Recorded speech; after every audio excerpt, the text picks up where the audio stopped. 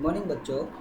आज हम आपके सामने लेकर के आए हैं 12th क्लास का चैप्टर द होम कमिंग का 4th पार्ट। और आशा ही करते हैं कि ये आपको अच्छे से समझ में आएगा।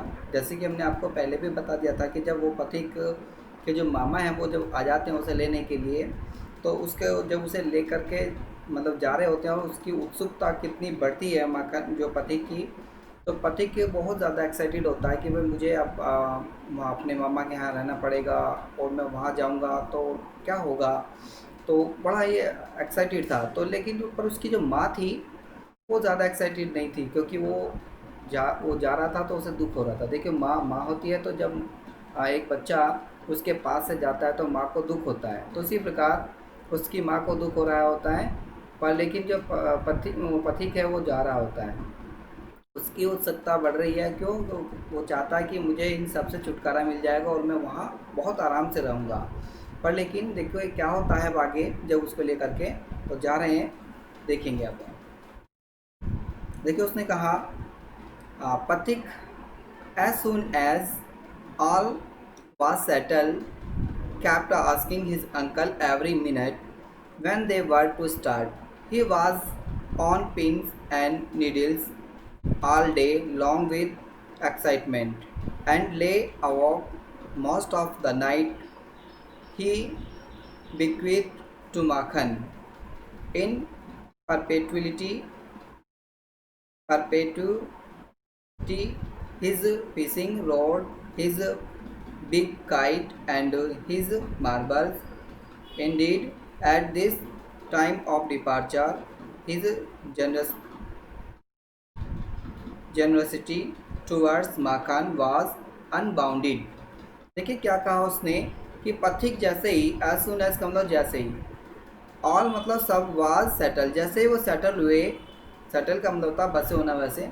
और जब मतलब जाने की वो बात कर रहे हैं, kept asking his uncle every minute, तो वह जो था अपने मामा से वो एवरी मिनट पूछ रहा था, मतलब प्रत्येक मिनट जो था वो पूछ रहा था कि हम कब चलेंगे, हम कब जाना शुरू करेंगे। व्हेन दे वर स्टार्ट, कि हम कब जाएंगे, हम कब चलेंगे। तो इस प्रकार वो अपने वो मामा से वो सारी बातें वो पूछ रहा था, क्योंकि वो बहुत ज़्यादा एक्साइटेड था और वो जाना चाहता था। तो he was on pen and needles all day long with excitement, वो बहुत ज़्यादा उत्सुक था। और वो लगभग वो लॉन्ग डे का मतलब सारे दिन वो केवल यही पूछ रहा था कि हम कब जाएंगे, कब पहुँचेंगे, कब होगा। तो इस तरह से वो बहुत ज़्यादा एक्साइटेड था। And lay awake the most of the night, और वो उस प्रकार वो वहाँ ले अवॉक का मतलब रात भर वो जो है जागता है। Lay awake the most of the night, वो रात भर इसलिए उत्सुकता के लिए जागता रहता है। तो ही बिक्वीथ, हाँ बिक्वीथ टू माखन, बिक्वीथ का मतलब होता है जो वसीयत। तो वो जो है ही बिक्वीथ टू माखन, और इन परपेट्विटी इसका मीन्स होता है अनंता। और हिज फिशिंग रॉड, तो वो क्या करता है, तो उस वसीयत को, तो वो सारी की सारी जो वसीयत है वो यहाँ पर ये बिक्विड मिस होता है हमारा वसीयत टू माखन के लिए और अनंत तक। तो हिज फिशिंग, जो इसके फिशिंग रोड होते हैं और उसके एक बड़ी काइट पतंग होती है, उसके कंचे होते हैं, तो वो सब के सब वो माखन को दे देता है। मतलब ये पथिक जो है उसको दे देता है कि भाई ये लो वसीयत में ये सारी चीज़ें वो उसको दे देता है, क्योंकि मैं तो जा रहा हूँ, अब तू ही ले ले इन्हें। तो इस तरह से उसको कहकर कर वो वहाँ से जा रहा होता। तो इन नीड वास्तव में, तो एट दिस टाइम, इस समय क्या होता है ऑफ द डिपार्चर, जब वो जा रहा होता है तो हिज जनरसिटी यानी कि उसकी उदारता towards at Makhan was unbounded, यानी कि अब उसकी उदारता जो थी माखन के प्रति बहुत ज़्यादा असीम थी जब वो जा रहा होता है। लेकिन वो जो उससे ज़्यादा ज्वेलसी करता है, पर लेकिन जब वो जा रहा होता है तो माखन के लिए बड़ी उदारता रखता है कि भाई माखन तुम्हें ये सारी चीज़ें दे देता हूँ। तो इस प्रकार जो है वो उसे कहता है।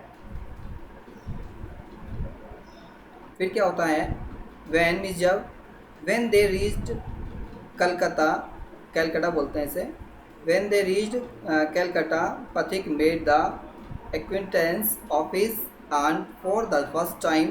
She was by no means pleased with this unnecessary addition to her family. She find her on their three boys quick enough to manage the without taking anyone else, and to bring a village lad of 14 into their midst was thoroughly or upsetting. The December should really have thought twice before committing.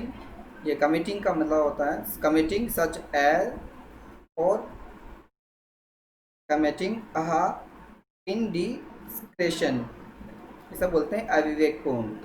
तो देखिए क्या कहते हैं वो कि जब वो कलकत्ता पहुँचे, कौन कौन, पथिक और पथिक का मामा जी, तो वो सब जब वहाँ कलकत्ता पहुँचे तो पथिक जो था उस समय बहुत ज़्यादा एक्वेंटेंस था ऑफ हिज आंट, अपनी जब वो अपनी जो मामी से वो फर्स्ट टाइम मिला।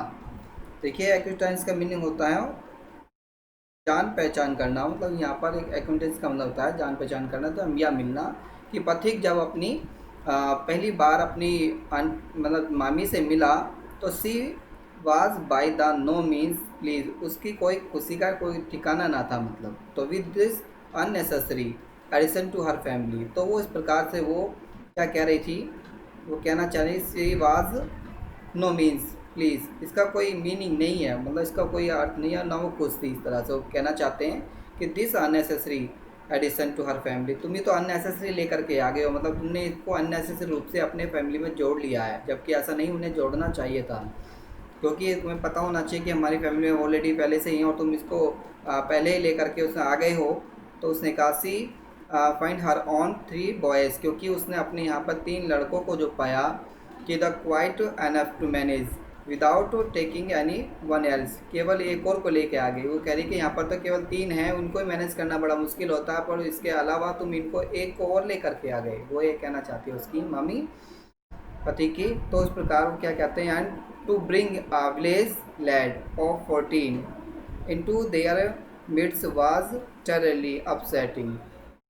तो अब उसने कहा को ब्रिंग, तुम लेकर आ गए हो एक विलेज बॉय, एक लैड मतलब लड़के को, एक गांव के एक लड़के को तुम लेकर के आ गए हो, वही वो 14 ईयर्स का मतलब 14 साल का है, इनटू देयर द मिडस्ट, अभी तो मिडिल में ही है। उसने कहा टेररिली मतलब आतंक तक, भयानक कह लो, आतंक कह लो, टेररिली अपसेटिंग, तो बहुत ज़्यादा वो अपसेटिंग हो जाती है। तो उसने कहा दिसंबर the should really have the thought twice before the committing such an indiscretions. तो उसने कहा कि दिसंबर की तुमको इसे लाने से पहले तुम्हें कई बार सोचना चाहिए था वास्तव में कि मुझे इसको लाना चाहिए या नहीं लाना चाहिए। तो इस प्रकार वो बात वो उसे कर रही है दिसंबर से, क्योंकि जो दिसंबर है वो उसके मामा है, किसका, पथिक का। तो ये सब उसकी जो पथिक की मामी है वो सब उससे कह रही है कि दिसंबर की तुम्हें ये सारी की सारी चीज़ें 2 बार कम से कम सोचना चाहिए था, ये कमिटमेंट करने से पहले तुम्हें ये सब बातें सोचना चाहिए था। और उसने कहा ये सच है जो अविवेकपूर्ण है, जो तुमने सब किया है ना सब, ये बिल्कुल अविवेकपूर्ण है, जबकि ऐसा तुम्हें नहीं करना चाहिए था। तो इस प्रकार वो कह रही। तो इन दिस वर्ल्ड, संसार में, of the human affairs there is no worse और nuisance than a boy at the age of 14। तो उसने कहा इन दिस वर्ल्ड, इस पूरी दुनिया में, ऑफ द अफेयर्स, क्योंकि एक लगाव ही है। तो उसने कहा इस पूरी दुनिया में एक लगाव है, देयर इज़ नो वर्ड्स, कि ये कोई ऐसा नहीं है कोई बुरा है, वर्ड्स का मतलब तो बुरा होना, कोई बुरा नहीं है। लेकिन उसने ये भी कहा नो सेंस के ये बाधा देगा, then a boy at the age of 14, जब इसकी 14 एज उम्र है तो ये ज़रूर वो बाधा देगा, जबकि उसकी उम्र जो कितनी है वो 14 ईयर्स की है। तो उसने कहा ही इज़ नाइदर ऑर्नामेंटल, और ये ना कोई इसमें कोई ऑर्नामेंटल है। ऑर्नामेंटल हमारा उन आभूषणों को भी बोलते हैं, या देयर इज़ नो ऑर्नामेंटल, या कोई इसमें इस प्रकार का ऑर्नामेंटल नहीं है। आगे का उसने और नो यूज़फुल, ना ये लाभदायक है, मतलब ना तो कोई इसकी आवश्यकता है और ना ये कोई इसकी कोई ज़रूरत थी जो तुम इसको लेकर के आ गए हो। तो उसने कहा it is impossible to shower affection on him as on a little boy. तो उसने कहा कि ये इम्पॉसिबल है, असंभव है, तो ये दिखाना लगा उसके प्रति एज अ लिटिल बॉय, जब वो एक छोटा लड़का था। तो एंड ही इज़ ऑलवेज, वह सदैव ही गेटिंग द वे, वो सदैव ही उसको उसको दूर रखना चाहती थी। तो if he talks with childish lips he is called a baby, and if he answering in a grown up way, he is called impertinent, or in fact any the talk at all from him is resented, then he is at the unattractive, the growing age, or he grows out of his cloth with indents, his voice ground, hoarse and break and queers. Queers का मतलब था थर्राहट. His face growth suddenly, और angular का मतलब जो कोणीय होता है, and unsightly इसका मीन्स बद्धा है. तो it is easy to excuse, बहाना होता है. The shortcoming of the early the childhood, but it is hard to tolerate. Even unavailable lapse का मतलब होता है चूक जाना बोलते हैं. से in a boy the 14th, the lad himself became painfully the self-conscious when he talked with the elderly, the people he is either unduly forward or else so unduly shy that he appears ashamed of his very existence. इसको बोलते हैं existence का means होता है हमारा अस्तित्व. Existence का meaning हमारा अस्तित्व बोलते हैं. तो देखिए क्या कहता है दोबारा से. तो इन दिस वर्ल्ड, संसार में of hums affairs there is no worse nuisance than a boy at the age of 14. वो कह रहे हैं कि संसार में, इस दुनिया में कोई लगाव नहीं है. एक सब क्या है कि उसने कहना चाहती है, सब एक वर्ड्स है. देयर इज़ नो वर्ड्स, कोई बुरा नहीं है. मतलब वो कहना चाहिए किसी से लगाव करना है इस दुनिया में कोई बुरा नहीं है, पर लेकिन ये बाधा पहुंचाएगा, वो ये कहना चाहते हैं. देन बॉय, एक लड़का जो है जिसकी उम्र 14 मतलब 14 वर्ष की है, तो वो उस उम्र में वो क्या है, वो केवल बाधा पहुंचाएगा और कुछ नहीं. तो उसने ये भी कहा, तो ही इज़ नाइदर ऑर्नामेंटल, ना कोई ये ऑर्नामेंटल है, नॉर यूजफुल, ना ही कोई लाभदायक है. तो it is impossible to sober. तो इसलिए ये ऐसा दिखाना इम्पॉसिबल होगा उनके लगाव, अफेक्शन का मतलब लगाव, हिम उस पर लगा होना, ये ऐसा इम्पॉसिबल होगा ऑन ए लिटिल बॉय, छोटे लड़के पर. उसने कहा एंड मिस और ही इज़ ऑलवेज, वह सदैव ही गेटिंग इन द वे, वो दूर ही रहेगा. तो ही गेटिंग मतलब प्राप्त करना, गेटिंग इन द वे मतलब दूर रहने की बात कर रहा है उसको. इफ़ ही टॉक्स, यदि वो बात करता था विद अ चाइल्डिश लिप्स, तो मतलब जिस प्रकार वो बच्चा बात करता है, जैसे बच्चे बात करते हैं, वो तो इस प्रकार का क्या करता है, उसी प्रकार वो बात करेगा जिस प्रकार एक बच्चा वो बात करता है, जो लिपसिंग करता है. तो इस प्रकार वो बता रहे हैं, ही इज़ अ कार्ड, उसको पुकारा जाएगा एक बेबी, एक वो बच्चे के नाम से वो पुकारा जाएगा. भले ही चाहे वो किस प्रकार का कैसी भी बात कर रहा हो, तो लेकिन वो एक बच्चे के रूप में पुकारा जाएगा. एंड इफ़, यदि he answer in a ground up, यदि वो उस रास्ते में यदि वो आंसर ऐसे ऐसे देने लगे बड़े बड़े, ग्राउंड का मतलब होता है ग्राउंड का बड़ा होना, या मतलब बड़े बड़े उत्तर देने लगे, तो वैसे समझो ही इज़ कॉल्ड ये लिखा है यहाँ पर इम्पर्टिनेंट, यानी कि एक उसे अभेद या अभेद कह लो या भला बुरा कह लो, सब इस प्रकार से उसको कहा जाएगा. तो उसने कहा ही इस कार्डो से ऐसा पुकारा जाएगा कि वो बदतमीज़ है, तो उस तरह से अभद्र है वो, तो इस प्रकार उसे पुकारा जाएगा. तो इनफैक्ट ये तथ्य है कि any talk at all from him is resented. तो उसने कहा इस तथ्य में किसी प्रकार की वो बात कर सकता है, फ्रॉम हिज रिसेंडेड, इसी प्रकार में वो कहना चाहता है. दैन मीन्स तब ही इज़ एट द अनएट्रैक्टिव, तो इसलिए वो कैसा, वो अनएट्रैक्टिव है, ग्रोइंग है, वो बढ़ रही है, बढ़ती हुई उसकी एज जो है वो अनएट्रैक्टिव है. तो उसने कहा ही grows out of his cloth, उसके जो कपड़े हैं वो भी बढ़ रहे हैं विद द इंडिसेंट. और उसने कहा heads his voice ground hoarse and breaks and quavers, his face ground the suddenly the angular and unsightly. तो उसने कहा लेकिन जो उसकी क्लॉथ हैं, जो कपड़े हैं, वो भी छोटे हो गए हैं. और उसने कहा बहुत जल्दी जो जो उसकी वॉइस है, ग्रोथ है, वो भी बढ़ने लग रही है. और उसने कहा जो ब्रेक्स है वो टूट जाते हैं, उसके जो थर्राहट बोलते हैं सर, थर्राहट. तो इस फेस, उसका जो चेहरा था वो भी अचानक से क्या होता है कि एंगुलर हो जाता, मतलब कोणीय हो जाता है.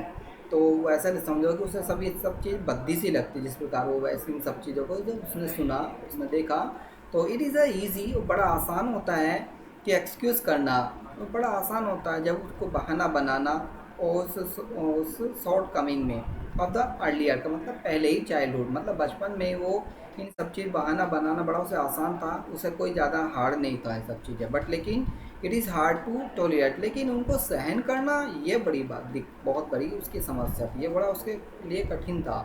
इवन अनएविएबल, लेकिन वो अयोग्य नहीं था, मतलब उसको lapse in a boy in 14 age, कि वो उसको उन सब चीज़ों से चूक जाए। तो जब वो कितना था, 14 ईयर्स का था, मतलब 14 साल का था वो, तो द लेड जो लड़का था हिमसेल्फ अपने आप ही बिकम द पेनफुल, अपने आप ही उसको दुख होने लगा, सेल्फ कॉन्शियस होने लगा, मतलब वो बहुत ज़्यादा दुखी हो गया इन सब चीज़ों को देख करके और सुन करके कि भाई मेरे साथ ऐसा ऐसा मेरी मामी वो इस तरह से बोल रही है। तो व्हेन वी जब ही talk with the elderly people he is either unduly forward, तो जब जिस प्रकार वो बात करता है पहले की तरह उन लोगों से, और उसे आइदर या तो आगे अनडूली द फॉरवर्ड, उसे आगे को वो बढ़ाता, पर लेकिन और also unduly side that he appears ashamed, उसे बड़ी शर्मिंदता होती है जब वो इन सब चीज़ों को देखता है, ऑफ हिज वेरी एक्सिस्टेंस, उसके उस अस्तित्व में उसे बहुत ही ज़्यादा शर्मिंदा महसूस होती है कि जब वो इन सारी चीज़ों को देखता है कि भाई इस प्रकार वो ऐसा क्यों कर रहे हैं मेरे साथ। तो उसने आगे क्या कहा, yet it is at that, उसने कहा यट फिर भी, it is at this very age when in his heart of hearts a young lad must trust for recognition and love, and he becomes that devotee slaves of any one who saw him consideration, but none dare openly love him, for that would be regarded as undue or indulgence, and therefore bad for the boy। Boy यहाँ पर इसका मतलब ये वही है, boy का मतलब यहाँ बॉयज़ की बात करना चाह रहा है, वाट विद स्कॉल्डिंग एंड चाइडिंग, और कहीं outcomes very much like a stray dog that has lost his master। देखिए उसने कहा यार फिर भी क्या होता है, इट इज़ एट इस वेरी एज, जब उसकी जो एज थी और बहुत ही इस प्रकार की थी, वो कहना चाहते हैं कि वैन इन हिज हार्ट, जब उसका हार्ट जो था, of hearts of young lad, जब वो जो ऐसा समझो कि वो यंग था और इन सब चीज़ों को बड़े अच्छे तरह से समझ सकता था, और most of the craves of the recognise, तब उसने अंत में उनके लव को पहचान लिया कि वास्तव में जो उनका प्रेम है वो कैसा प्रेम है, वो पहचान गया कि इनका प्रेम किस प्रकार का वह प्रेम है। And we saw he became the और डिवोटेड स्लेव, और वो ऐसा समझो कि वो भक्त हो गया, बिकेम का मतलब होता है हो जाना, दैट डिवोटी मतलब भक्त होना, स्लेव का मतलब गुलाम होना, of any one who saw him, और उसे ऐसा वो शो कर दिया उसने, कंसिडरेशन मतलब ऐसा अपना ध्यान लगा दिया उसने कि ऐसे समझो जैसे वो उनका भक्त हो गया हो और उनका वो गुलाम बन गया हो। बट लेकिन none there openly love him, लेकिन वो ओपनली उनको प्रेम नहीं करते। For a though would be the regarded, वो उनको रिगार्ड करता था, मतलब सम्मान देता था, एज अनड्यू, मन यहाँ देखिएगा अनड्यू का मीनिंग हमारा अनियंत्रित करना, एंड्यू द, और इसने यहाँ पे कहा अनुग्रह करना, एंड्यूली जैंस का मतलब होता है अनुग्रह करना, एंड देयर फॉर, इसलिए उनसे वो अनुग्रह करता था, उन बैड फॉर द बॉय, उस बुरे लड़की के लिए उसने कहा। तो यहाँ पर अगर बॉय की बात करा दैट, सॉरी उसने कहा वाट टू विद स्कॉल्डिंग, उसको डांटते हुए, एंड चाइल्डिंग का मतलब वो भी डांटते हुए, मतलब स्कॉल्डिंग करते हुए और चाइल्डिश करते हुए, तो he very much like the stay, वो भटकता रहा, मतलब जब उसे हर कोई तो डांट रहा था, जो भी आता उसको डांटता, उस लड़के को बहुत ही ज़्यादा डांटता, और इस प्रकार जैसे कि किसी डॉग को डांटते हैं, मतलब उसने इस प्रकार ऐसा उसके साथ बिहेव किया जा रहा था, मानो जैसे कि उसका एक डॉग होता है, जैसे उसको हर कोई जाता है उसको डांटता रहता, तो इस प्रकार वो ऐसा उसके साथ कर रहा था, जैसे कि that has lost his master, जैसे कि उसका मास्टर खो गया, तो उसका साथ उसे ऐसा लगने लगा जैसे कोई खो जाता है तो खोने के बाद उसे तब एहसास होता है कि हाँ मेरा कोई खो गया है। तो यहाँ पर इसने वर्ड जो ये कहा है यूज़ कि that has lost his master, वो इस प्रकार ऐसे भटक रहा था जैसे कि उसका कोई मास्टर खो गया, उसका मालिक कोई खो गया हो। तो इस प्रकार की देखिए हमेशा माँ माँ होती है, अपना घर होता है। तो इसी प्रकार वो उसे तब एहसास हो रहा था। तो फॉर अ बॉय ऑफ 14, जब वो लड़का 14 का था तो his on home is the only paradise, तो केवल उसे अपना वो वक्त जो घर है वो उस समय ऐसा समझो उसे स्वर्ग लगता है। तो ओनली का मतलब केवल, पैराडाइज का मतलब स्वर्ग। तो उस समय उसे अपना घर जब समझ में आता है कि अपना घर वास्तव में स्वर्ग होता है। To live in a strange house, जब वो विचित्र घर में था, विद द स्ट्रेंज पीपल और विचित्र लोगों के साथ में था, और लिटिल सॉर्ट ऑफ टॉर्ट्यून यानी कि पहुंचना, कि जब उन अलग अलग विचित्र लोगों के साथ में वो जब पहुंचता है जो कि वो सॉर्ट होते हैं, तो वाइल जबकि the height of the bliss is to receive the kind looks of women and never to be slighted by them, जबकि उसने ऐसा उन्हें पहले रिसीव करते हुए नहीं देखा। काइंड ऑफ लुक्स इस प्रकार के जो औरत थी वो मीन्स उसकी जो मामी थी उसको ऐसा कभी नहीं देखा उसने, जिस प्रकार का व्यवहार उनके साथ किया गया उसने कभी ऐसा नहीं देखा। इस प्रकार को कहना चाहता है। तो it was the anguish to पथिक to be the unwelcome guest in his aunt's house, despite by this elderly woman and slight on every occasion। तो उसने कहा कि इट वाज एंग्विश का मतलब पीड़ा, यह बड़ी पीड़ा थी टू पथिक के लिए, टू बी द अनवेलकम, उसका ऐसे स्वागत नहीं किया गया जैसे कि गेस्ट का किया जाता है। उसे ऐसा लगने लगा कि भाई जैसे कोई गेस्ट जब जाता है तो उसका स्वागत किया जाना चाहिए, पर लेकिन ऐसा उसका स्वागत नहीं किया गया। लेकिन जो उसकी मामी जो थी, मामी के घर में ऐसा नहीं हुआ। और डिस्पाइसिस बाई द एल्डरली वोमैन, लेकिन वो क्या थी, वो उससे घृणा कर रही थी। और जो भी एल्डरली वोमैन थी वो एंडो स्लाइटली और ऑन उसने कहा एवरी ओशन, तो प्रत्येक प्रकार से वो उस तरह से वो उससे घृणा कर रही थी। वो नहीं चाहती थी कि वो उसको लेकर के आए, पर फिर भी वो उसको लेकर के वो वहाँ आ गए थे। तो लेकिन उसकी मामी उसको ऐसा मतलब नहीं चाहती थी, तो इस प्रकार वो उसे मना कर रही होती है। चलिए मिलते हैं अगली वीडियो के साथ, इसी के साथ। Thanks watching this video.